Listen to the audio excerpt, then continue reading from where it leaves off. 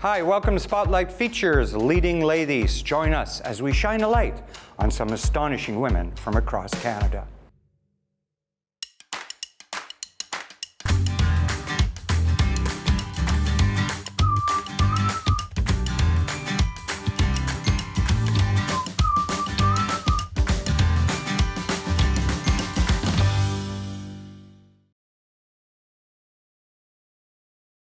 In the spirit of respect and reconciliation, we honor and acknowledge that we are filming in Treaty 1 territory in Winnipeg, Manitoba, the home and traditional lands of the Anishinaabe, Ojibwe, Ojibwe, and Dakota peoples, and the national homeland of the Red River Métis.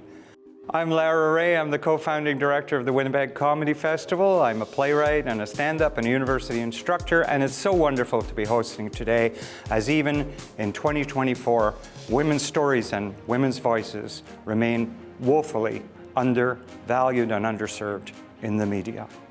And our first story today comes from right here in Winnipeg, Manitoba. Sonia Ballantyne is a writer, director, filmmaker, and public speaker. Growing up, she noticed the lack of representation for Indigenous women in the stories she loved and decided she should be the person to change that.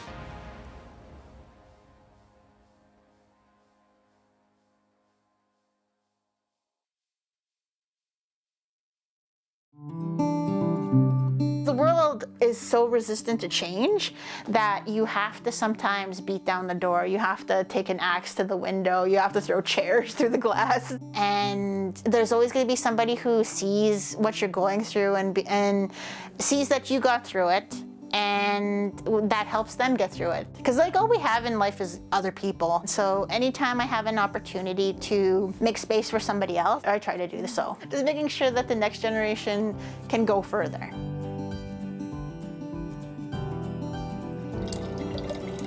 I always looked for myself in the content that I was watching, and I never saw myself in things. I'd only ever see women like us in the news when one of us went missing or one of us committed a crime. So when I grew up and still ached for stories like the ones I wanted to hear, like about Native women doing cool things, Native women going to space, Native women in sci-fi or horror or fantasy movies, I was like, well, maybe I have to do it. This is a poster from my first film, Crash Site. I'm primarily a writer, but I'm also a filmmaker. I'm also a sensitivity consultant. Like, I worked on God of War Ragnarok to discuss issues regarding representation of Indigenous characters. Squat Tim Pastin again. English! My Cree is rusty. I focus a lot on Indigenous women and girls in my own writing, and the idea of how they want to make their communities better. So this is my children's book about a little girl named Carrie Berry Lynn and her 7 res dogs. Being a woman and being a Native woman specifically in this industry is very difficult, just because you're representative of your people as a whole. As a woman, like, anything you do wrong is somehow worse because you're a woman. I've learned a long time ago that you have to live the way you want to, because there's always going to be people complaining. And Chapan again means great grandma. It's still very, very terrifying for me to be considered a role model. I realized how important it was when I was approached by a good friend who is a teacher in the inner city. She asked me to come by to show my first film to a bunch of kids, and I was like, oh, I don't know if these kids will like it. And I went, and the movie starts, and they're all quiet, and I was terrified. I'm like, oh God, they hate it. And then the movie ended, and they were like cheering like it was the midnight showing of The Dark Knight. But it was so overwhelming to me, because like I hadn't realized that the person I needed to be visible, to be out there, to be doing all the cool things that I wanted to do, was still needed by these kids. Raise your hand. Hi. To be considered any type of role model, I joke about it, but I take it very seriously, just because I want to ensure that the anger I felt when I was a kid about, like, or the hatred, the self-hatred I felt about being Native and a girl, doesn't impact the kids I encounter, because I'm like, if I had people who were visible and supportive of what I wanted to do, maybe I would have gotten here sooner. There's nothing special about me that doesn't exist in them as well.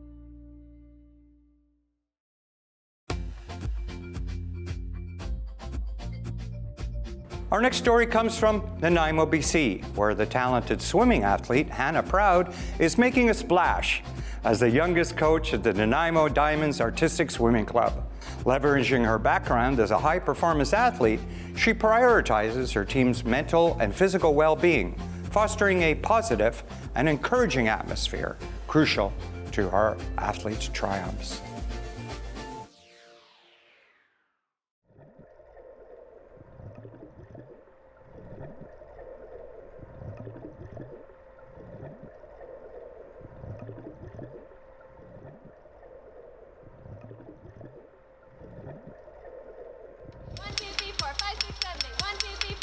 You don't have to be some amazing swimmer right off the bat. Like, obviously everyone has to train.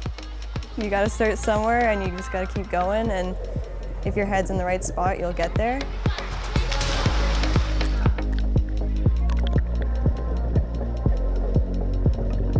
Competitive artistic swimmer Hannah Proud is the newest and youngest coach with the Nanaimo Diamonds Artistic Swimming Club. By focusing on her athletes' well-being in practice, she creates a positive and supportive environment that is essential towards her team's success. I make my best efforts to let them be a part of their training and not me just telling them. I think that's a big key to our bond in the group, is that I was very open to their feedback, always asking them and making sure that they're feeling good, because that's kind of what it is at the end of the day. They need to feel good in their training, and I just have to support them in that. Synchro is just a very mentally and physically draining sport. She honestly she makes it fun. Like, she talks about her experiences that she would have, and then it's just like, well, if she can do it, I can do it, sort of thing. There's always something to improve on. It's really hard to do something perfect ever.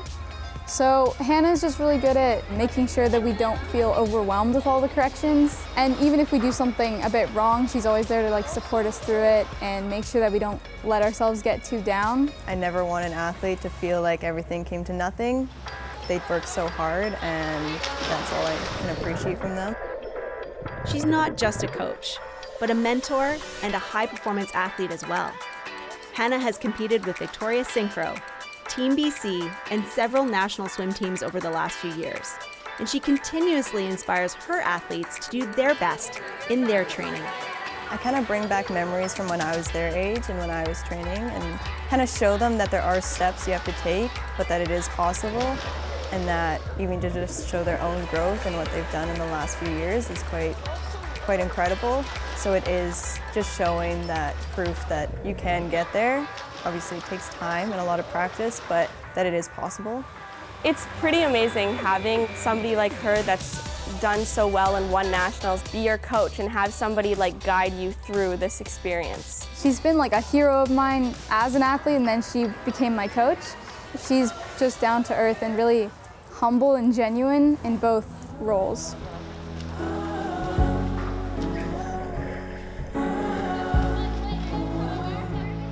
It's inspirational having a coach that does the same sport and is doing the same things as you, because I don't know, she's an amazing synchro swimmer. So we all obviously looked up to her and wanted to be exactly how she was.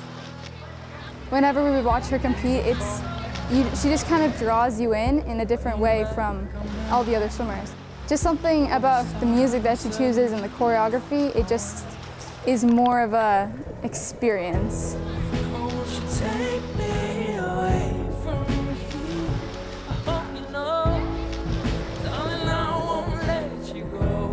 I really enjoy just being different in the water. It's very graceful, it's very beautiful, and I love to feel that way in the water as an athlete and help my athletes feel that way. Having somebody as amazing as her, synchro swimmer in person in general, be your coach and be there supporting you is so, I feel lucky to have somebody like her in the stands cheering us on. After you guys do this stuff, what is the count to sit up next? The biggest reward from it, I think, is when they start sharing and opening up to me, and they are trusting me. That's a big thing. I find that trusting your athletes and trusting your coaches is a big bond between you guys. When they all come together and they're on their teams together, it makes it quite fun and quite enjoyable for me to coach. And that's probably the most rewarding part of it.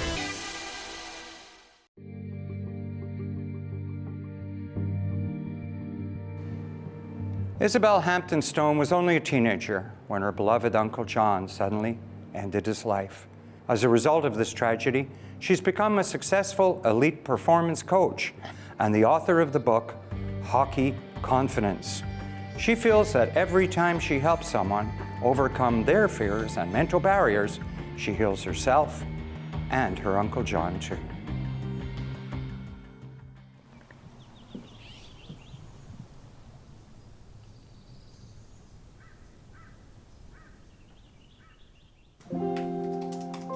I like to see people thrive.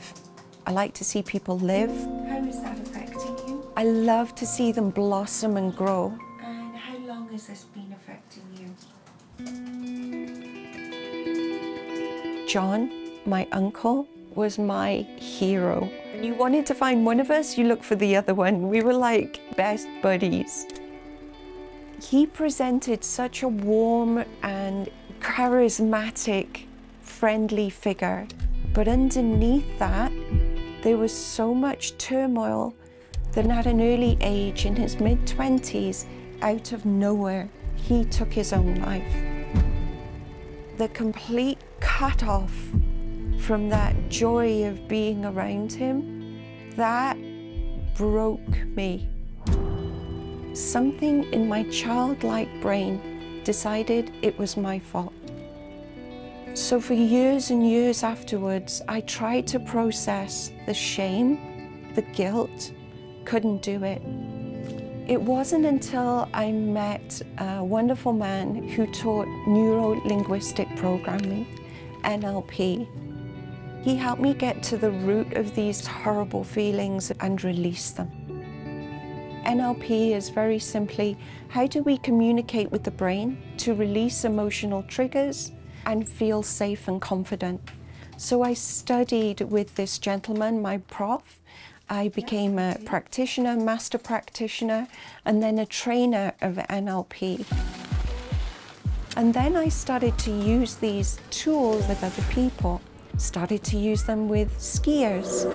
One woman I worked with became a double world champion.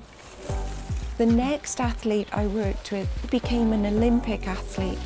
These bright, beautiful human beings were fulfilling their potential. I was helping them to get results, specific and measured results.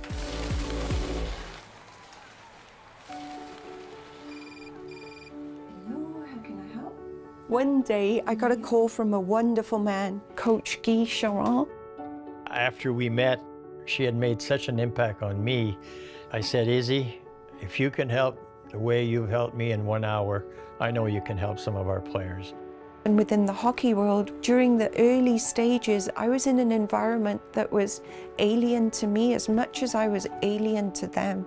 But over time, I gained trust, I gained friendship, and the year that I worked with them, they did so well that I was invited to work with them again.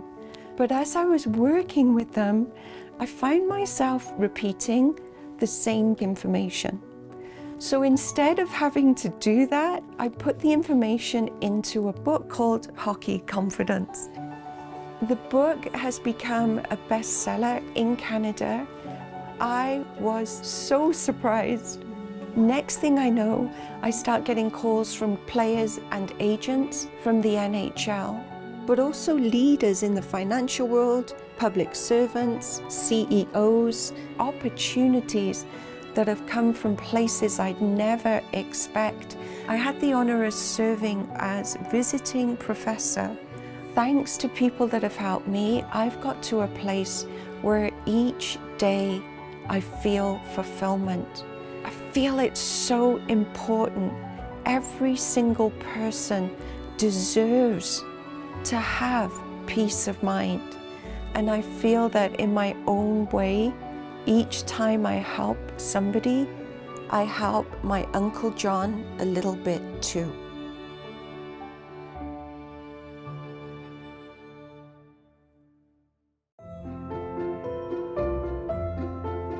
Music teacher Olivia Whidden lost her love of performing until one day she picked up the harp, which started on her journey finding her instrument and her love for performing again.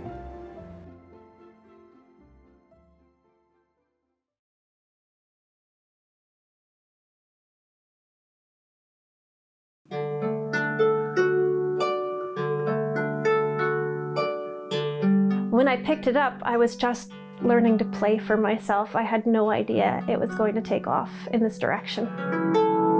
Might not yet turn to face, hold a pair of sunglasses.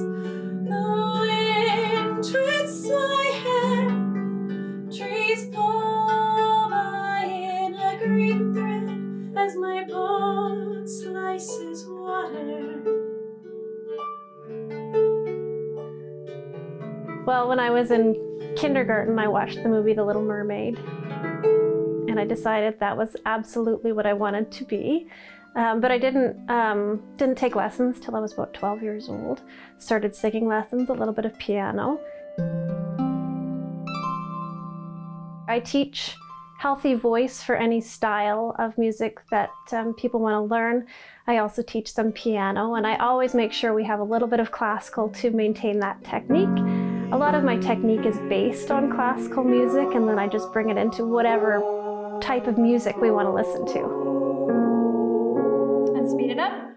I love helping them find their voice. Everybody has this innate ability to create music. Really nice. Don't let those low notes, don't let them like chunk down at the bottom.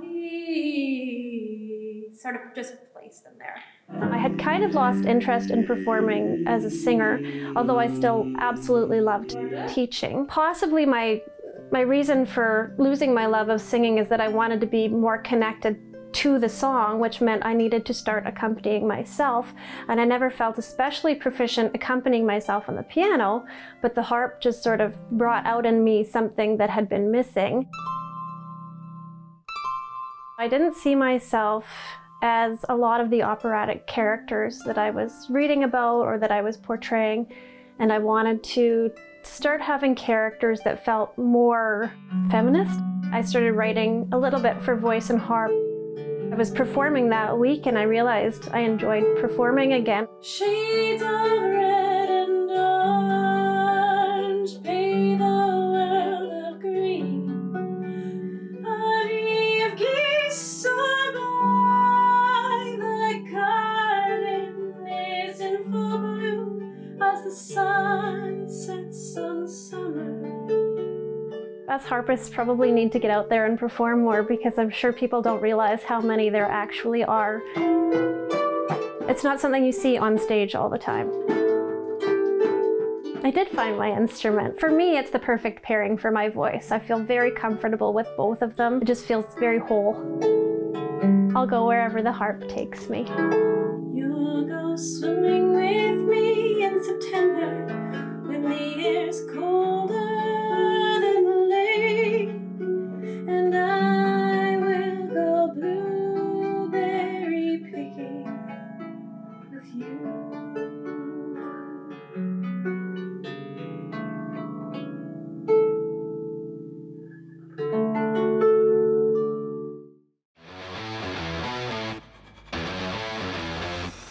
At the age of 14, Rhea began her journey into pro wrestling. After 20 years of body slams and pile divers, Rhea von Slasher has become one of the most feared names in the Pacific Northwest. She doesn't care if you're a man or a woman, she just wants to wrestle.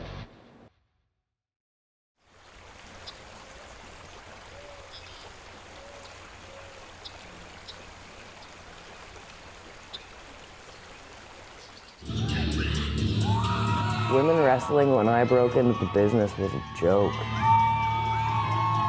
You had to fit the cookie cutter mold of what men wanted to see on the screen that had nothing to do with athleticism or ability.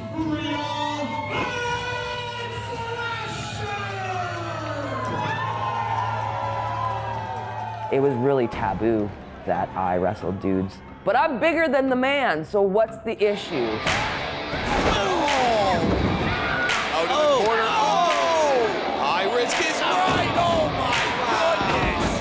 His ears. Oh! Let's be real. Wrestling is entertainment. I'm just a wrestler and I just want to wrestle. I don't care what your gender is. Oh! but I also care when people get upset that it's man versus a woman, because I feel like I fought for that right. Ladies and gentlemen, the queen of extreme. When I was younger, I wanted to be a boxer, and my mom didn't want me to because she thought I'd break my nose, but wrestling was fake. So I was blown away that there was a pro wrestling school in nowhere, Prince George, BC. Like, what are the odds? My mom took me to go check it out. and we walked in there to see this 350-pound man with a mohawk and no shirt on. And my mom says to me, "Are you sure you want to be here?" Me and her had a good talk about it. They were willing to let me train in the ring as long as there was parental consent. The day after my 14th birthday, I literally had my first class. So my first wrestling character was under a mask. Pyro, worst gear, like it was just very backyardy. Because I wrestled dudes all the time and I was quite young, my trainer said to me, "They don't want to hit you and it looks bad. So hit them a couple times and they'll change their tune."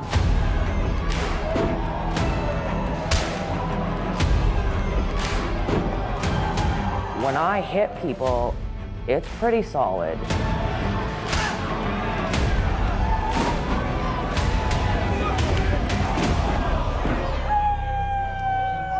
Wrestling means so much to me. I have literally given my body to this. When they're finally on the same page, and oh my goodness! Oh no! The chairs! I live for it. While I'm in that ring, I'm bigger than the average person. Tonight I have another point to prove, because that's what I do. Get up, Bria! Straight out of your nightmares, Bria Von Slasher. When a crowd is chanting your name and is so invested in what you're doing, or really wants you to get up, or really wants you to fight back, you feed off of that. And is she thinking Hurricane Rana from the top? Without wrestling, I'm just your average person working a normal job, and I never wanted that for myself. I struggled with mental illness. It became a therapy for me, and there was times where I can honestly say wrestling saved my life.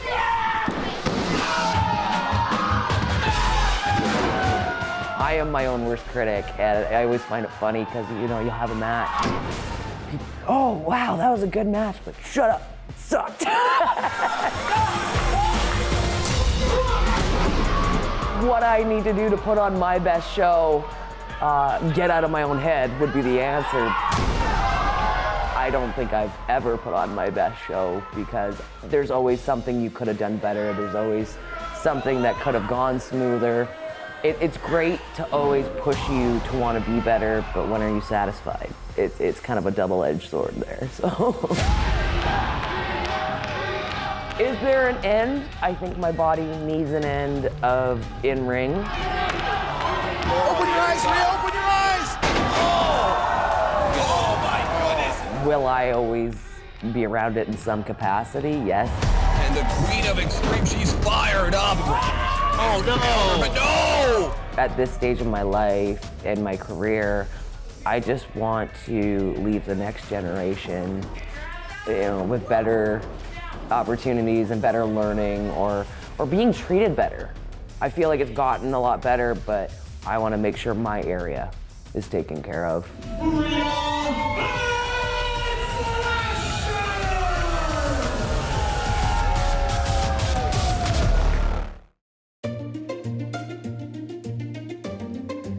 Hi, I'm Patty Haidu, Member of Parliament for Thunder Bay Superior North and Minister of Indigenous Services Canada. Canada is home to so many incredible women doing such diverse things, but it hasn't always been that easy for women. And so we stand on the shoulders of giants, our mothers, our grandmothers, our aunties who fought for the things that many of us now take for granted.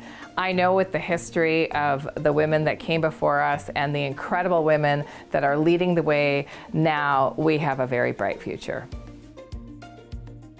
Thank you for joining us today on this episode of Spotlight Features Leading Ladies. And thank you to all the women who shared their stories. As you can see, there's many different ways to be a woman. I'm Lara Ray. Thanks for watching.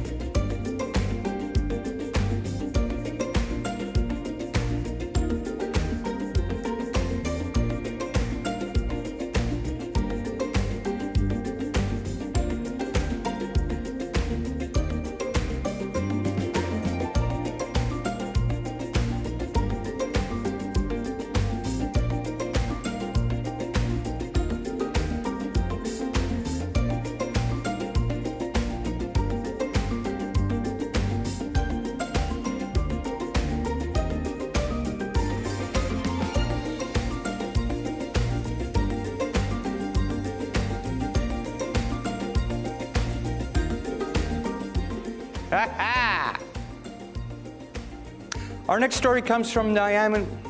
No, it doesn't. I'll do that again.